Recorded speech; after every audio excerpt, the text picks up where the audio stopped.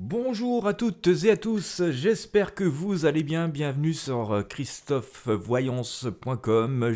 Comme je vous l'avais promis, je vais continuer cette série de vidéos pour vous présenter donc le tarot de Marseille en ce moment, les différentes arcanes du tarot de Marseille, vous présenter comment vous pouvez tirer euh, bénéfice des différents atouts des arcanes. Nous sommes toutes et tous soumis au quotidien à plein d'énergies différentes et à plein de défis, à plein de questions, et ça peut être bien de simplement d'imager son problème, de sortir de ce que notre cerveau parfois tente de nous impulser ou nous faire tourner en rond. Voilà, sortir du crois-que, j'imagine que, voilà, parfois d'avoir une arcane qui sort et juste s'inspirer de l'image peut nous aider. Et donc, voilà, je vous partage en ce moment le tarot de Marseille parce que ça fait partie des outils fondamentaux essentiels et surtout les 22 arcanes majeures qui, eux, vont vraiment apporter l'essence, l'énergie nécessaire. Donc, sans plus tarder, on va commencer tout logiquement par le premier arcane du tarot de Marseille, c'est-à-dire notre ami le battleur. Un très bel arcane, j'ai tendance à les appeler au féminin, je sais pas pourquoi, parce que je pense à carte en même temps. Alors, en fait, c'est masculin. Et donc, ce personnage symbolique ô combien du battleur, c'est donc la première carte que l'on sort dans majeur, c'est la première carte majeure, le premier arcane majeur du tarot de Marseille. C'est quelque chose qui est riche de symbolique, qui représente le commencement, le potentiel, les nouvelles opportunités. C'est plutôt une bonne nouvelle d'ailleurs, avec ce personnage. C'est le début d'un nouveau cycle. Le battleur, il symbolise les premières étapes d'une entreprise ou d'un projet avec l'énergie et l'enthousiasme souvent caractéristiques de la jeunesse. Ce personnage est plutôt jeune sur l'arcane. Bien sûr, il présente aussi un gros potentiel de créativité. Il incarne le talent, les ressources et les compétences qui permettent d'accomplir des choses. Donc cet arcane invite véritablement à explorer son plein potentiel et donc le vôtre, si vous tirez vous-même les cartes. Alors, je rappelle que ça c'est le jeu de base, c'est le jeu de chez Grimaud, vous pouvez vous le procurer un peu partout, dans les boutiques bien sûr ésotériques, si vous en avez une dans votre ville. Vous le trouverez aussi sur Amazon, ça coûte un peu moins de 20 euros, un jeu de tarot comme celui-ci. Je vous mets le lien dans la description si ça vous intéresse, lien affilié, je précise quand même.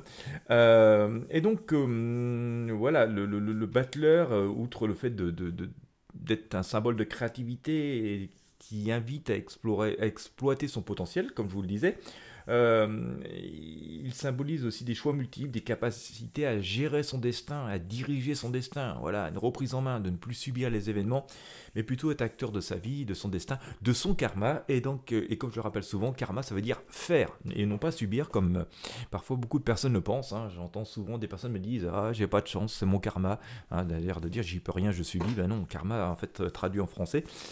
Du grec en français, ça veut dire faire. Donc voilà, le battleur est vraiment ce symbolique de dire je vais prendre les choses en main et je vais bouger et ça va avancer.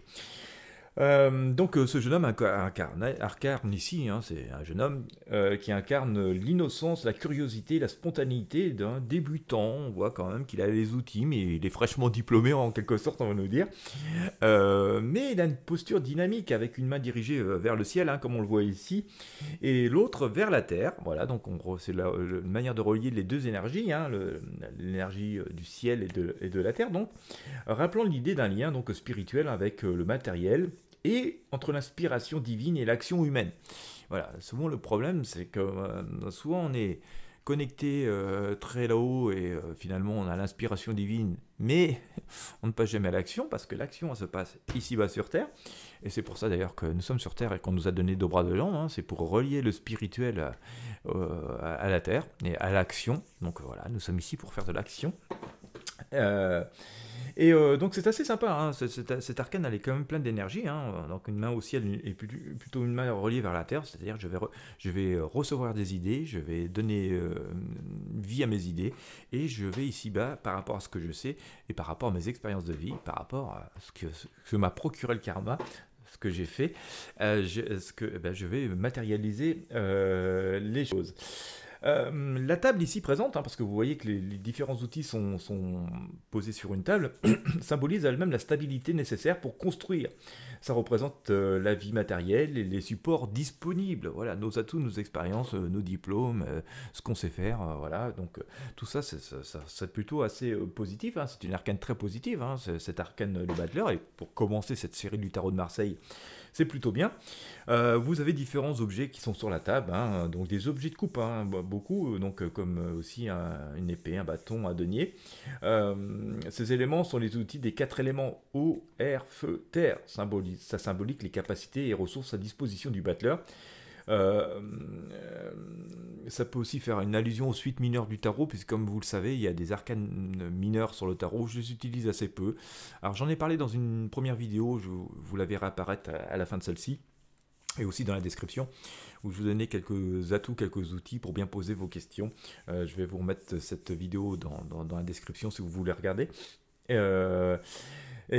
Donc voilà, c'est quelque chose d'assez complet, hein, cet arcane, et c'est plutôt bien de commencer par ça. Alors le chapeau, il y a une espèce de chapeau, hein, vous voyez notre battleur, c'est un symbole d'infini, hein, cette forme ondulée comme ça représente plutôt l'infini, l'éternité, les cycles de la vie, le potentiel illimité de l'esprit humain, notre imagination, voilà, notre esprit a quand même quelque chose d'assez unique. Les couleurs aussi de ce chapeau, hein, le rouge, là, il symbolise l'action, la volonté, la passion. Le bleu va symboliser la sagesse, la spiritualité, l'intuition, et puis aussi cette partie jaune, hein, qui est tout en haut du chapeau, va elle-même symboliser la lumière, l'intellect et la clarté mentale. Donc ça, c'est plutôt bien aussi. Et puis l'environnement en général de cette carte est souvent ouverte, hein. On voit bien un espace plutôt naturel, on voit une petite colline derrière avec des arbres et tout. Et donc cette carte avec cet environnement plutôt ouvert, naturel, ça suggère quand même la liberté et des opportunités infinies, les mêmes que celles de notre mental, hein, qui lui-même est infini. Alors, quelques indications, hein, quand on tire si vous tirez ce genre de carte.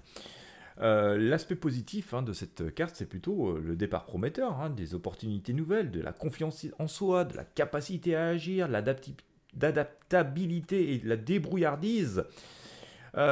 Si on doit mettre quelques bémols et quelques points d'attention, on va dire, sur cet arcane, on va dire que notre personnage est jeune, donc ça peut faire penser à parfois un petit peu un manque d'expérience, voire de maturité, mais surtout d'expérience. Il faut faire attention à tout ce qui pourrait être illusion, tromperie ou malhonnêteté que l'on pourrait subir quand on est jeune et inexpérimenté. Donc voilà, c'est quelques points d'attention auxquels il faut faire attention. Il faut prêter donc une attention particulière. Et puis parfois, sous le flux de la jeunesse, hein, c'est assez naturel, on peut faire face à certaines incertitudes ou dispersion d'énergie. Et donc il appartient de veiller à tout ceci quand on sait que voilà, c'est les quelques points qui peuvent nous assaillir. Eh bien ça permet d'y faire attention, hein. Une fois qu'on est prévenu, on sait plutôt quoi faire. Donc en synthèse, hein, je vais vous faire une petite synthèse brève de cette carte, de cet arcane. Le battleur, hein, d'une manière générale, il invite à saisir des opportunités avec audace, à prendre conscience des outils disponibles qui sont autour de nous. Parfois on va chercher des choses parfois compliquées, on se dit j'ai pas ceci, j'ai pas cela, je sais pas ceci, je sais pas cela. On nous dit de faire avec ce que l'on sait faire et de bien regarder, parce que parfois nous ne sommes pas aussi dépourvus que ça. Et donc de prendre bien conscience de ce qui est à notre disposition pour progresser, pardon. Ça incarne un fort potentiel, hein, une forte imagination et un potentiel brut qui demande à être façonné. Voilà, il faut se dire que les idées qui nous présentent qui nous viennent à l'esprit, hein, et tout ce que l'on peut faire, c'est brut, hein, et ça nécessite quand même d'être un peu façonné, de mettre un peu de sagesse. Ça nous ramènerait sans doute à l'arcane, l'ermite, ou la papesse, hein, pour mettre un peu de sagesse et de peaufiner un petit peu tout ça. Mais ces idées brutes sont bonnes, mais il faut savoir qu'elles sont brutes, et donc il va falloir comme ça adapter un petit peu par rapport à notre environnement. Mais ça souligne la nécessité de faire preuve de concentration pour éviter la dispersion. Voilà, une fois qu'on va passer à l'action, il va falloir se concentrer et, et, euh, et bien définir les étapes, ce que l'on veut vraiment obtenir. J'invite souvent dans ces cas-là, moi, à écrire. Voilà, quand on a l'idée brute et qu'on a défini les différents objectifs de manière concentrée, ordonnée, ça nous ramène donc à la papesse, hein, que je vous ai appelé tout à l'heure, ou à l'ermite. Ben voilà, de garder ça noir sur blanc, et quand on commence à partir dans tous les sens, reprendre ces petites notes et se dire non, non, le chemin, c'est cela. Vous pourriez, j'avais conseillé ça il y a quelque temps à une personne qui avait un petit dictaphone. Voilà, quand elle a l'inspiration qui passe, parce que certaines personnes n'aiment pas écrire, de s'enregistrer tout simplement, et puis de réécouter l'enregistrement de cette idée brute, claire, de cette pensée claire et précise à un instant donné. Voilà, pour les personnes qui sont plus auditives que visuelles, ça peut être intéressant de s'enregistrer plutôt que d'écrire. Et si vous pouvez faire les deux, c'est très très bien. Et puis voilà, on se concentre là-dessus. Quand ça commence à se disperser, à prendre trop de temps, à bouffer beaucoup d'énergie et qu'on n'a plus vraiment de résultats, et bien voilà, c'est bien de revenir à ces petites notes, à son audio ou aux deux, si vous avez fait les deux. Je vous rappelle, bien sûr, que si vous voulez aller plus loin dans cette formation voyance, et je propose depuis de nombreuses années, c'est devenu presque un best-seller, une formation complète en ligne, pour laquelle vous avez un accès illimité. J'ajoute encore régulièrement des modules à l'intérieur pour voilà, vous aider à y voir plus clair. Vous avez le lien dans la description de cette vidéo. Voilà, vous allez aussi retrouver différents liens dans la description. Je vous invite à la regarder. Dans tous les cas, voilà, je vous invite vraiment à vous plonger sur cet arcane le battleur, c'est vraiment un des fondamentaux, c'est plein d'énergie, ça apporte plein de réponses quand on est face à des problématiques, et puis le but aussi de ces vidéos que je partage avec vous, c'est que lorsque l'on achète un jeu de tarot soi-même et qu'on est face à une difficulté, qu'on se tire les cartes soi-même, eh bien on est soumis souvent à l'autosuggestion, on fait toutes et tous ça, on a tendance à vouloir interpréter les choses comme ça nous arrangerait, c'est bien humain, c'est bien normal. Et donc du coup, ben voilà, ces vidéos que je suis en train de vous dire vous évitent ont pour mission, pour but autant que possible, je dis pas que c'est parfait, de vous éviter l'autosuggestion, parce que tout simplement, ben voilà, je vous en fais la symbolique principale, et donc quand vous tirez cet arcane, eh bien ça veut dire ce que je viens d'évoquer, et je vous donne quelques astuces et quelques outils en plus pour imager, et donc voilà, vous avez la réponse simplement avec votre jeu de tarot, l'arcane sous les yeux, et donc cette vidéo que je viens de vous partager, et donc je vous invite à garder soigneusement dans vos favoris. Voilà, et bien écoutez, si vous avez aimé, si ça peut vous aider, je vous invite à visiter les liens qui sont dans la description de la vidéo, bien entendu, mais je vous invite aussi à la liker, à la partager avec vos amis et sur vos réseaux sociaux, vous accorder le plaisir, le droit, vous offrir un jeu de tarot, c'est pas bien cher, pourra vous être fortement utile comme vous le voyez. Et puis voilà, dans les moments où on patauge un peu, on sait pas trop où on en est, parce que la vie nous amène souvent face à des obstacles, je rappelle que nous sommes le lien entre le ciel et la terre, et qu'entre deux, c'est nous qui faisons l'interface. Et bien voilà, vous ne regretterez pas votre petit investissement, ça doit coûter un peu moins de 20 € de mémoire, un jeu de tarot. Vous prenez les 22 arcanes majeurs, et vous verrez que ça vous apporte, et puis ces vidéos, et puis vous verrez que ça pourra sans doute vous apporter beaucoup d'aide. En tout cas, je l'espère, et c'est le but de ces vidéos.